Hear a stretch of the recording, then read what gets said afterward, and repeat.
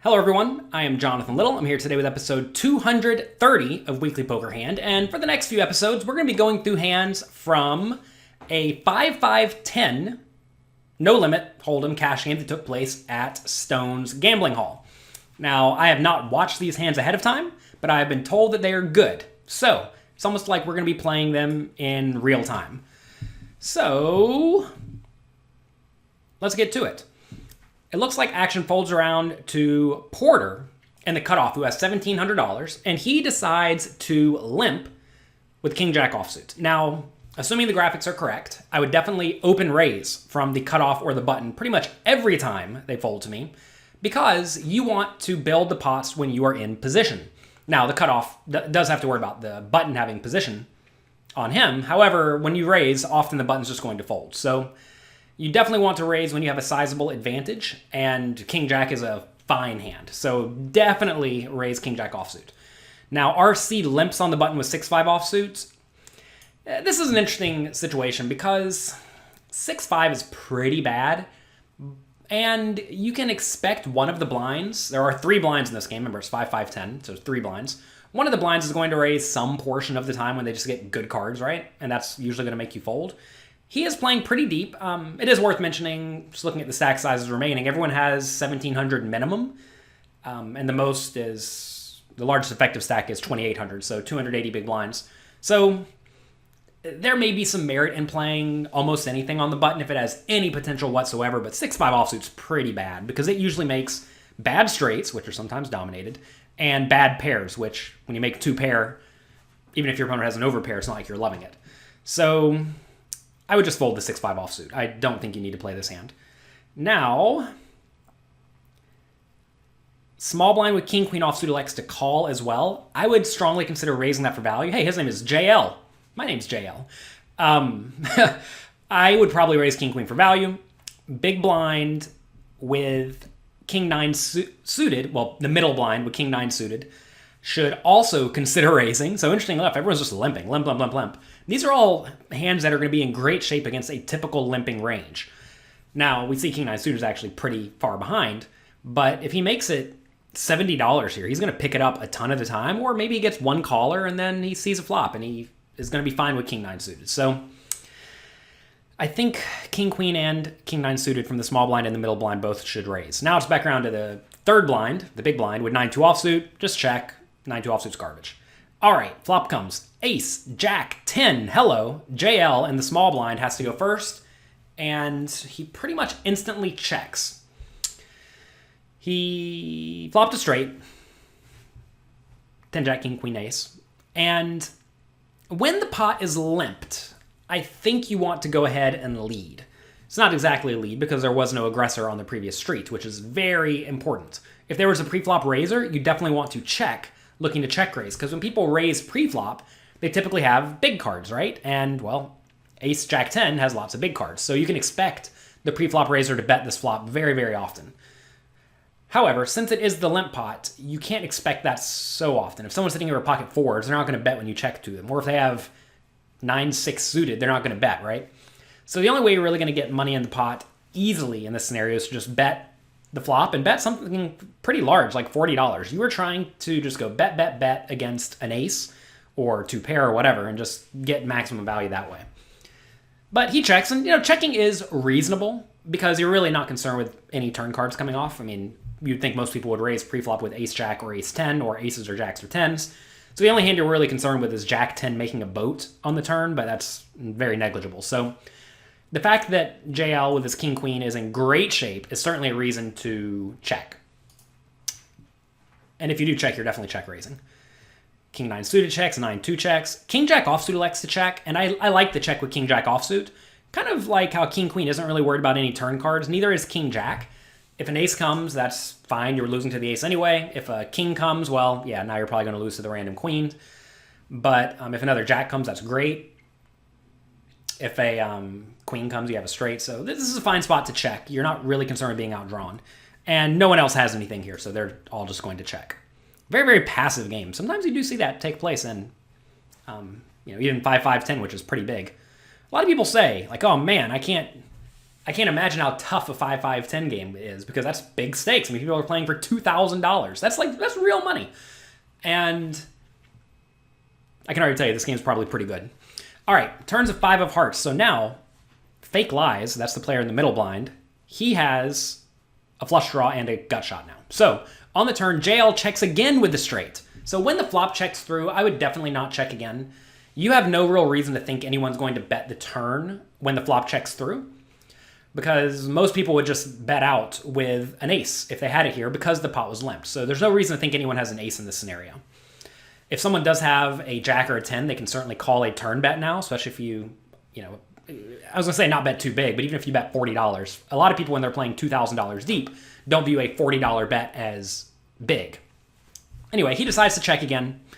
Now, Fake Lies with his draw is going to bet. Pot's $50. I would just bet 40 or 50 here. I think that's fine. You could also check, but I think very multi-way, you probably do want to go ahead and throw out a bet and then be prepared to bet again on the river.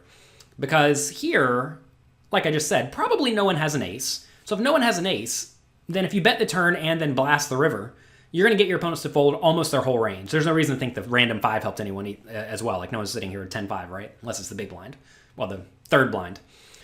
So I like a bet with the idea that I'm going to keep blasting on the river, and if you get a flush, you of course bet as well. So let's say how much he bet. Looks like he did bet about $40, which I think is nice. Waiting for the graphics to catch up. If you're not watching this on jonathanlittlepoker.com, by the way, definitely watch these. I mean, you can certainly pick up tells. Like right here, Fake Lies is being calm, cool, collected, jovial, and that is relevant. So he did bet $50, so he potted it, which is fine.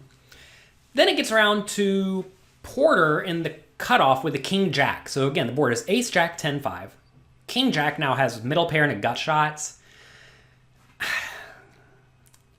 I'm not going to say you should necessarily fold this, but folding is probably pretty reasonable. It's very important to realize that when you do see a flop incredibly multi-way, as we have here, someone is going to have a good hand almost always. And if it's not you, well, it's probably them. And it turns out Porter's just completely effectively in third place here because he has almost no equity. The flush draw has 20% and the King Queen has all of it. So should the King Jack fold? Man, it's close. The thing is that if your opponents are value betting something like King 10 or Queen 10 here, then yeah, you definitely need to call. But I don't think most people are betting those hands, and they definitely should not be betting those hands. So if your opponents are reasonable, you should probably find the muck with this King Jack. But if this pot was heads up, let's say, you raise and then big blind called and the flop goes check, check, and they bet the turn, you definitely call the King Jack. But because we are against so many players, someone's going to have an ace here a decent amount of the time, and you should probably just fold when you're facing the pot size bet. If you were facing a smaller bet like $20, you should definitely call.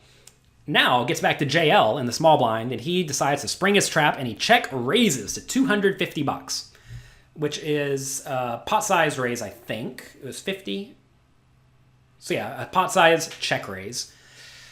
The problem with this looks really, really, really, really, really strong. Like, what is JL doing this with? Now, JL looks like a reasonable human to me, and, I have no reads on these players. Like I said, I have not seen this hand. I don't know how it goes down. But when you check raise turn, you're going to have a really hard time getting paid. Like, imagine you are in Fake Lies shoes here with ace 9. You bet that you check the flop, which is reasonable. On the turn, you bet just straight up for value / protection. Then you get check raise to 250. You're just folding, right? So now, notice JL is really only getting significant action if he's against a good draw, which Fake Lies has, and he may even fold the good draw. Or he's going to be against a very strong made hand that would have paid him if he just went bet, bet, bet for 3 big bet sizes. So by check raising here, he allows his opponents to get off the hook with all of their marginal made hands. And that's not good. You want to get called by ace 6 for 3 streets of value. And if your opponent does happen to get 2 pair or makes a set or something like that, you want to make sure you're getting full value. And check raising here is really going to sound the alarm bells, because ask yourself, whenever you're playing cash games, do you really think you're getting check raised that often on the turn? I know you fear getting check raised on the turn, but really, you're just not getting check raised on the turn that often. So now back around to Fake Lies with King 9 suited. I think you have to call here. You're really just never in god-awful shape.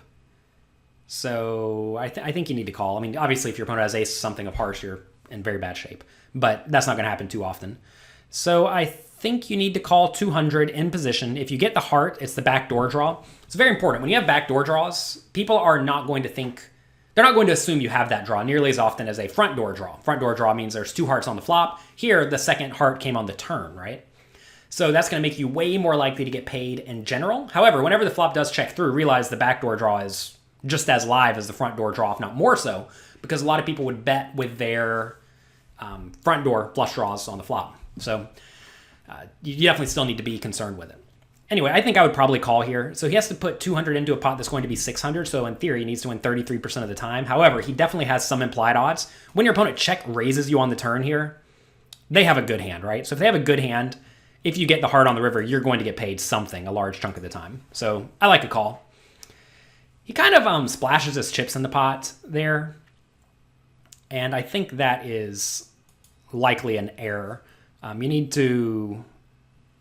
You don't want to look drawy when you're drawing, because then your opponents are going to be somewhat inclined to think, oh, this guy might be drawing. You want to use the same bet movements in most situations, unless you know that a specific bet movement is going to induce your opponent to do one thing or the other. Okay, rivers and native hearts. King Jack folded. Good fold by King Jack. Do not call with King Jack. You're drawing dead. All right, rivers and native hearts. Fake lies gets there. Now, do you value bet the King Queen or do you check? I think you need to value bet this.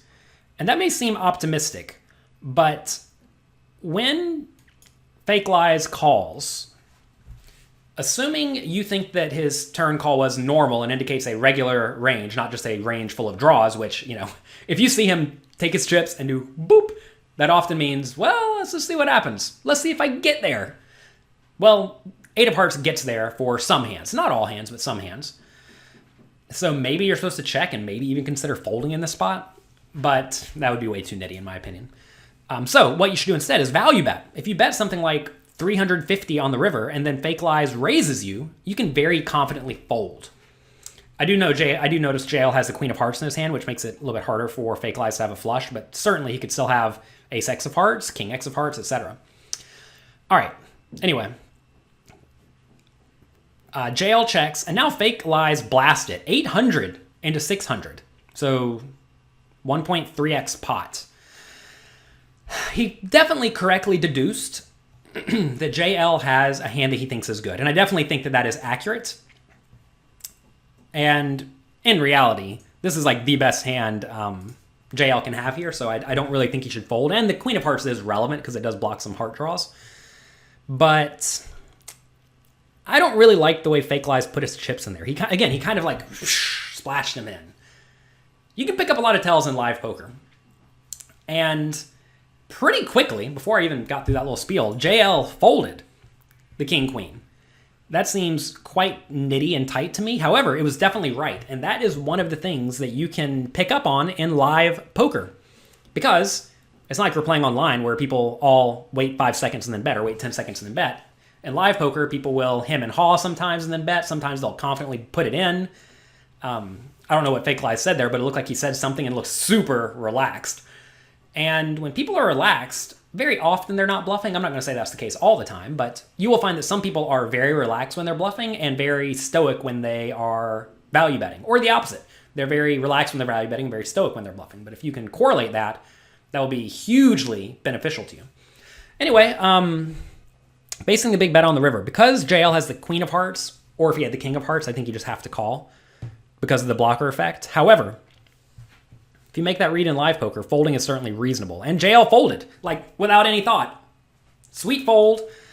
And it makes Fake Lies call particularly bad on the turn because he did not get paid on the river, right? Remember, he needed to get there 33% of the time, and he's not going to with his flush draw, right? He's going to get there 20% of the time or so.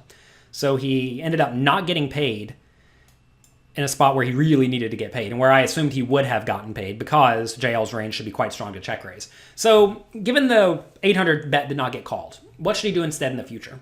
I think you're usually going to find that when a lot of the draws arrive, you're going to want to bet on the smaller side. In that scenario, pot was 600. Maybe you're supposed to bet 450 or so. I think if you bet 450 after a bit of deliberation, that's going to make JL way more inclined to call. And I understand an 800 bet needs to get called half as often as a 400 bet, because it's twice the size. But there, if JL's folding King Queen, well, in that spot, obviously, a small bet would have been a million times better because it's going to get called at least some portion of the time, whereas the 800 bet gets called literally never. So that's going to be it for this episode of Weekly Poker Hand. I hope you enjoy it. Thanks to Stone's Gambling Hall for letting me use their footage. I'll be back next week with another fun poker hand. Good luck in your games.